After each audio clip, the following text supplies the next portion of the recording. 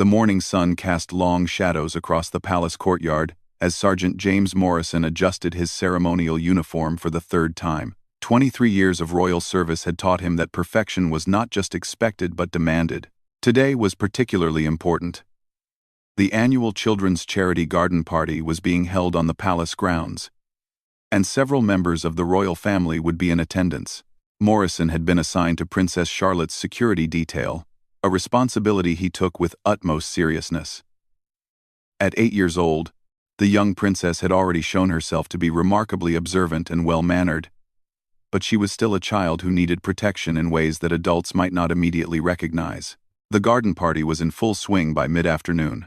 Hundreds of children from various charities across the United Kingdom had been invited to enjoy games, refreshments, and the rare opportunity to meet members of the royal family. The atmosphere was festive, with colorful banners fluttering in the gentle breeze and the sound of children's laughter filling the air. Princess Charlotte moved gracefully between groups of excited children, her bright blue dress catching the sunlight as she stopped to chat with each group. Her natural warmth and genuine interest in what the children had to say was evident to everyone watching. She listened intently as a young boy from Manchester told her about his football team, and she clapped enthusiastically when a girl from Wales sang a traditional song. Morrison maintained his position approximately 10 feet behind and to the left of the princess, his trained eyes constantly scanning the crowd. Years of experience had taught him to look for anything unusual, someone standing too close, a person who seemed nervous or out of place, or any movement that didn't belong in the peaceful garden setting.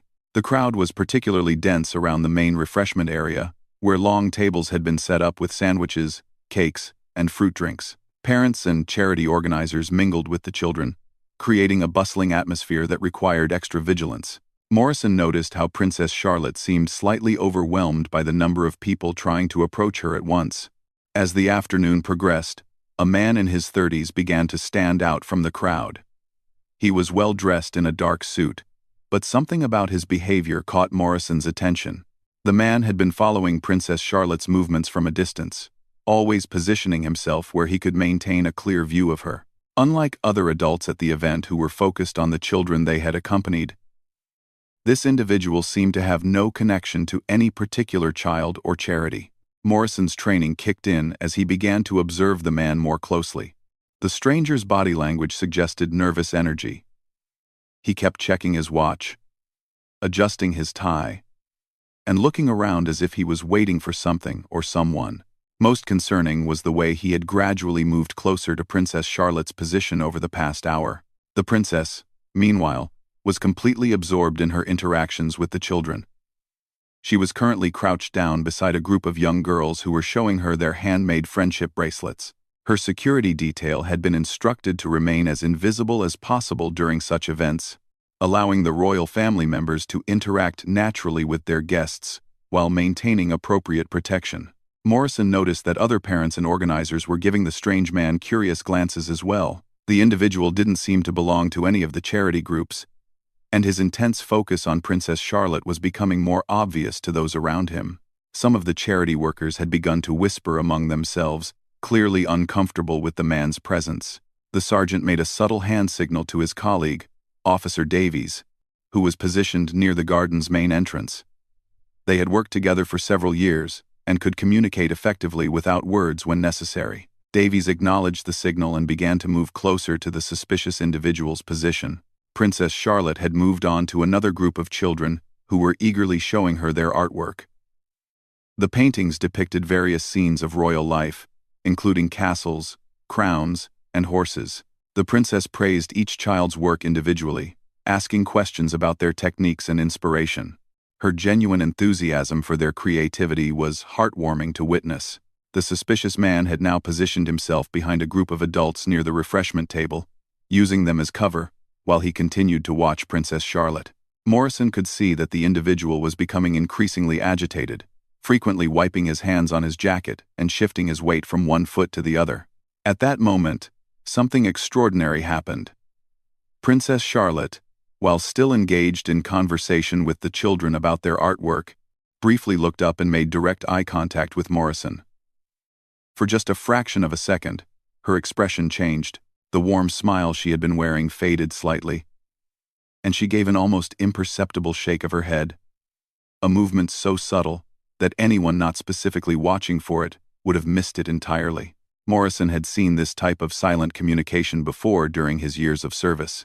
Members of the royal family were trained from an early age to be aware of their surroundings and to communicate discreetly with their security when they felt uncomfortable or sensed that something was wrong. Princess Charlotte's brief signal was clear. She had noticed the strange man and was indicating that his attention was making her uneasy. The sergeant immediately understood the gravity of the situation. An 8-year-old child had detected a potential threat and had the presence of mind to communicate it to her security detail without alerting anyone else at the event. This level of awareness and composure was remarkable for someone so young, but it also confirmed Morrison's own growing concern about the suspicious individual. Without hesitation, Morrison began to move. Years of training and experience had prepared him for exactly this type of situation. His first priority was to position himself between Princess Charlotte and the potential threat while maintaining the appearance of routine security movement. He couldn't afford to create panic among the children and families at the event, but he also couldn't ignore the princess's clear indication that she felt unsafe. The garden party continued around them, with children laughing and playing games while adults chatted and took photographs. None of the guests were aware that a carefully choreographed security response was beginning to unfold. Morrison's movement was smooth and natural, appearing to be nothing more than a routine adjustment of his position. As he moved closer to Princess Charlotte, Morrison caught sight of Officer Davies, who had successfully positioned himself near the suspicious man. The stranger appeared to be completely unaware that he was now under close surveillance by multiple security personnel. His attention remained focused solely on Princess Charlotte, who had now moved on to watch a group of children performing a short dance routine. The princess maintained her composure beautifully, continuing to interact with the children as if nothing had changed. However, Morrison could see the slight tension in her shoulders and the way she kept her back to the area where the strange man was standing. Her instincts were clearly telling her to maintain distance from the individual who had been watching her so intently. Morrison reached into his jacket and activated his radio, speaking quietly into his collar microphone. His words were coded but clear to the other security personnel stationed around the garden. Within minutes, additional officers would be in position to handle whatever situation might develop. The safety of Princess Charlotte was their primary concern, but they also had a responsibility to protect all of the children and families attending the event. The suspicious man seemed to sense that something had changed in the atmosphere around him. He looked around nervously, finally noticing that several adults were now watching him with obvious concern. His behavior became even more erratic as he realized he was attracting unwanted attention. He began to move away from the refreshment area, heading toward a less crowded section of the garden. Morrison made a quick decision. Rather than wait to see what the man might do next, he would take immediate action to remove the potential threat from Princess Charlotte's vicinity. He signaled to Davies, who began to approach the stranger from one direction, while Morrison moved to intercept him from another angle. Officer Davies approached the suspicious man with practiced casualness, his years of diplomatic training evident in every step. The stranger was now standing near a fountain at the edge of the garden, nervously checking his phone while casting glances back toward where Princess Charlotte was entertaining the children. "Lovely day for the charity event, isn't it?" Davies said in a friendly tone as he came to stand beside the man. "Are you here with one of the participating organizations?" The question was perfectly innocent to any casual observer, but Morrison recognized it as a standard security protocol. Davies was attempting to establish the man's legitimate reason for being at the event while simultaneously positioning himself to prevent any sudden movement toward Princess Charlotte. The stranger startled at the unexpected conversation. "Oh, yes. Beautiful day," he stammered, clearly flustered by the attention. I'm here with, well, I'm documenting the event." He fumbled with his phone, attempting to show Davies something on the screen. Morrison continued his own approach, moving in a wide arc that would bring him to the man's other side. His movement appeared unhurried and natural, as if he were simply patrolling the perimeter of the event. Years of experience had taught him that the key to effective security was to neutralize potential threats without creating alarm among innocent bystanders. Princess Charlotte, meanwhile, had moved to a small stage area where a group of children from a music charity were preparing to perform. She took her seat in the front row, her posture relaxed and attentive. To anyone watching, she appeared completely absorbed in the upcoming performance. But Morrison could see that she was carefully avoiding looking in the direction where the suspicious man had been standing. "That's interesting," Davies continued conversationally with the stranger. "Are you a journalist? I don't recall seeing your credentials during the check-in process." His tone remained friendly, but there was now a subtle firmness underlying his words. The man's discomfort became more obvious as he struggled to provide a coherent explanation for his presence. "No, not exactly a journalist. More of a freelance photographer. I was hoping to get some pictures of the children enjoying themselves. For historical purposes, you understand." Davies nodded politely while mentally noting several red flags in the man's response. Legitimate photographers would have been registered in advance and would have proper identification badges visible at all times. More concerning was the man's apparent lack of actual camera equipment beyond his phone, which seemed insufficient for serious photography work. Morrison had now reached his intended position and was close enough to intervene immediately if necessary. He could see that the stranger was becoming increasingly agitated as Davies continued his polite but persistent questioning. Sweat had begun to form on the man's forehead despite the cool afternoon breeze. The children's choir began their performance with a beautiful rendition of a traditional English song. Princess Charlotte clapped enthusiastically at the end of each verse, her genuine appreciation for their talent evident to everyone watching. The music provided perfect cover for Morrison to activate his radio again and request additional backup to the garden's perimeter. "I think there might be some confusion about the registration process," Davies said to the suspicious man, maintaining his diplomatic tone. "Perhaps we should check with the event coordinators to ensure you have proper authorization to be here. I'd be happy to escort you to the main office."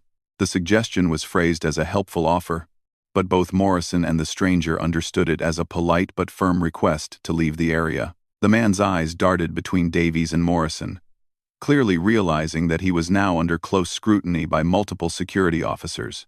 "That's really not necessary," the stranger protested, his voice rising slightly above the conversational level they had been maintaining. "I'm not causing any problems. I'm just enjoying the event like everyone else." Morrison decided it was time to intervene more directly. He approached the group and addressed Davies as if they had planned to meet at this location. "Officer Davies, I believe we're needed near the main entrance. There's been a request for additional security coordination." The coded message was clear to Davies but meaningless to the suspicious man. However, the stranger could not fail to notice that he was now surrounded by two uniformed security officers who were obviously communicating about his situation. Princess Charlotte's performance continued without interruption. The young princess had moved from her seat to join the children on stage for the final song, her clear voice blending beautifully with the choir. The audience of parents and charity workers applauded warmly as she helped the children take their bows. "Gentlemen, I think I should be going," the suspicious man said abruptly, attempting to move away from both officers. "I've gotten some good pictures, and I don't want to overstay my welcome." Morrison stepped smoothly into the man's path while Davies moved to block his alternate escape route. Their coordination was seamless, the result of years of working together in similar situations.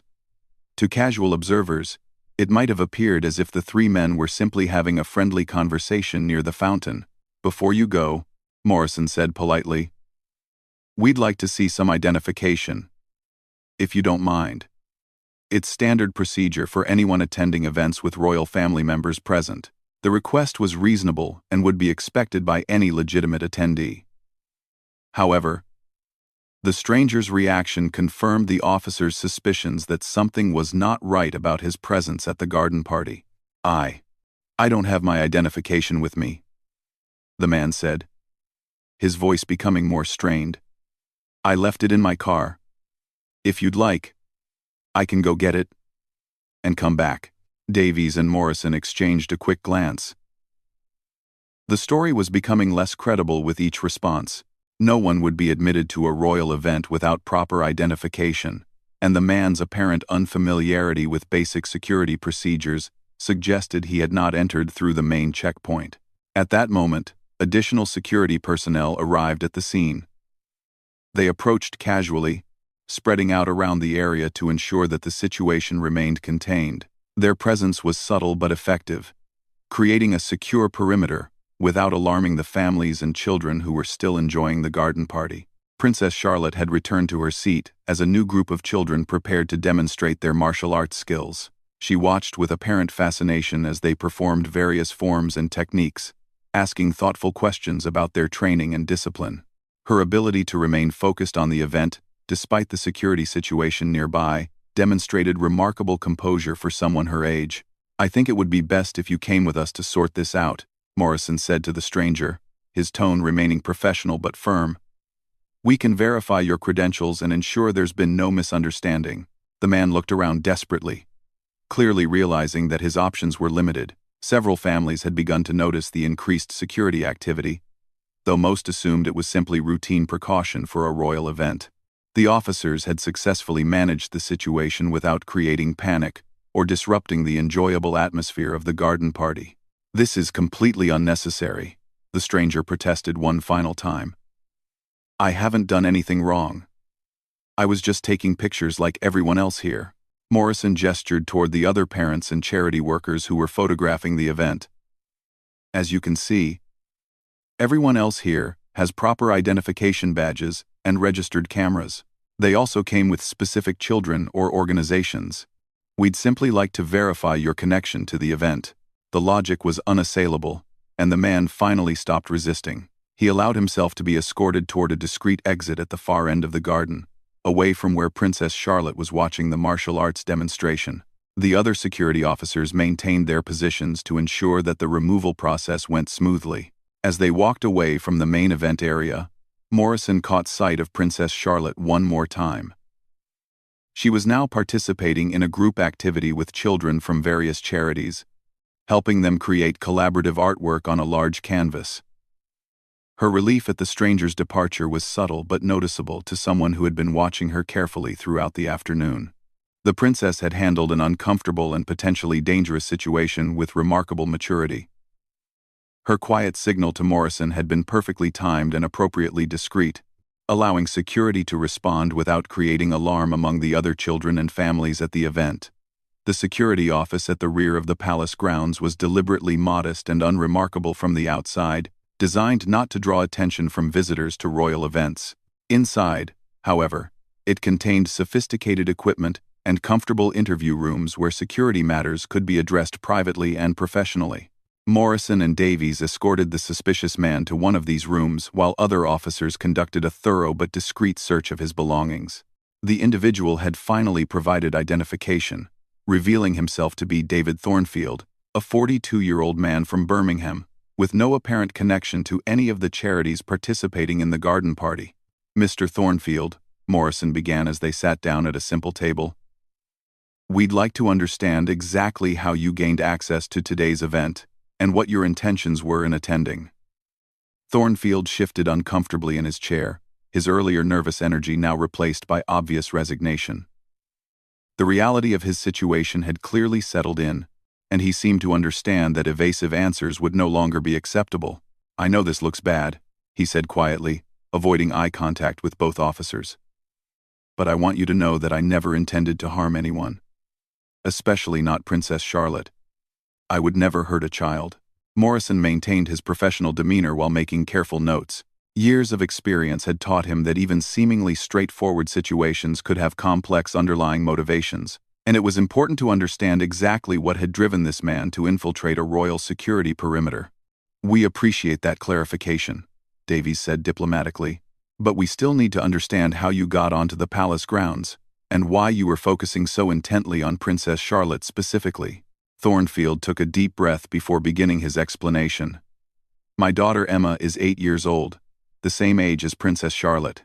3 months ago, Emma was diagnosed with leukemia, and she's been undergoing treatment at Birmingham Children's Hospital." The revelation added a new dimension to the situation, though it did not excuse the serious security breach. Morrison and Davies listened carefully as Thornfield continued his story, understanding that desperate parents sometimes made poor decisions when their children were suffering. Emma has been following Princess Charlotte's public appearances obsessively since her diagnosis, Thornfield continued. She says that seeing a princess who is her age makes her feel brave during her treatment. She has pictures of Princess Charlotte all over her hospital room. Davies made additional notes while Morrison considered the implications of this information. Family desperation could lead to stalking behavior, even when the underlying motivation was sympathetic. The safety of royal family members could not be compromised regardless of the circumstances driving someone's actions. Emma begged me to get pictures of Princess Charlotte at this event, Thornfield explained, his voice breaking slightly. She said it would help her get through her next round of chemotherapy if she could see new pictures of the princess interacting with other children. I know I shouldn't have come without proper authorization, but I couldn't bear to disappoint her again. Morrison found himself in the difficult position of feeling sympathy for a man whose actions had nonetheless posed a potential security threat. The challenge of maintaining royal safety while understanding human motivations was one of the most complex aspects of his job. Meanwhile, the garden party continued without interruption. Princess Charlotte had moved on to the final activity of the afternoon, where children were planting small flowers in commemorative pots that they would take home with them. She moved between the tables, offering encouragement and admiring each child's gardening efforts. Her earlier tension had completely disappeared now that the security situation had been resolved. She laughed delightedly as a young boy accidentally spilled soil on his shoes, and she helped a shy girl choose the perfect spot for her seedling. The princess's natural ability to connect with children was evident in every interaction. Back in the security office, Morrison was faced with a dilemma that required both compassion and adherence to protocol. Thornfield's breach of security was serious and could not be ignored, but his motivation was understandable, and his lack of criminal intent was becoming increasingly clear. Mr. Thornfield, Morrison said after consulting with his colleagues, what you did today was extremely serious. Bypassing royal security, even with good intentions, could have resulted in much more severe consequences than you're currently facing. Thornfield nodded miserably, clearly understanding the gravity of his actions. I know it was wrong. I couldn't think of any other way to get the pictures Emma wanted. The official channels seemed impossible, and she's been so disappointed by everything lately. Davies had been making phone calls to verify Thornfield's story, and he returned with confirmation that Emma Thornfield was indeed a patient at Buckingham Children's Hospital, and that her father's description of her condition was accurate. Your daughter's situation is truly heartbreaking, Morrison said with genuine sympathy. But you must understand that we cannot allow security breaches regardless of the underlying motivation. Princess Charlotte's safety is our primary responsibility. The discussion was interrupted by a knock on the door. Morrison opened it to find his supervisor, Chief Inspector Williams, who had been monitoring the situation from the main security center. Williams entered and took a seat at the table, his expression serious but not unkind. Mr. Thornfield, Williams began, we've been in contact with Buckingham Children's Hospital, and they've confirmed your daughter's situation. We've also reviewed the security footage from today's event, and it's clear that while your presence was unauthorized, your behavior did not escalate to an actual threat. Thornfield looked up hopefully for the first time since entering the security office. The possibility that this situation might be resolved without criminal charges was clearly a tremendous relief to a man already dealing with his child's serious illness. However, Williams continued, we cannot simply ignore what happened today. You bypassed multiple security checkpoints and gained unauthorized access to an event attended by members of the royal family. This is a serious matter that requires appropriate consequences. Morrison watched as Thornfield's brief hope faded again. The man clearly understood that his actions, however well-intentioned, could not be excused entirely. The security of royal family members was too important to treat any breach lightly. Williams leaned forward slightly, his tone becoming more personal. I have a daughter myself, Mr. Thornfield, and I can only imagine what you and your family are going through. However, there are proper channels for requests involving royal family members, even in extraordinary circumstances. The chief inspector reached into his briefcase and withdrew a folder containing several official-looking documents. What I'm about to tell you cannot leave this room, and you must understand that this is an extremely unusual situation, that reflects the specific circumstances of your case. Thornfield nodded eagerly, sensing that something positive might be developing despite his serious mistake. Morrison and Davies also leaned in slightly, curious about what their supervisor had arranged. Princess Charlotte became aware of the security situation this afternoon, Williams explained carefully. And when we briefed her afterwards about why you were here, she asked specifically about your daughter's condition. The revelation that Princess Charlotte knew about Emma's illness brought tears to Thornfield's eyes. The idea that the young princess had taken a personal interest in his daughter's situation was more than he had dared to hope for. Williams opened the folder and withdrew several professionally taken photographs from the garden party, showing Princess Charlotte interacting with various children throughout the afternoon. These pictures were taken by the official royal photographer today. Princess Charlotte has personally approved their release to your daughter. Thornfield stared at the images in amazement. They captured the princess's natural warmth and joy in interacting with children. Exactly the kind of pictures that Emma had been hoping to see. The quality was far superior to anything he could have captured with his phone from a distance. Additionally, Williams continued, Her Royal Highness has requested that we arrange for a proper meeting between her and Emma when your daughter is feeling well enough to travel. This would be done through official channels with appropriate medical support and security arrangements.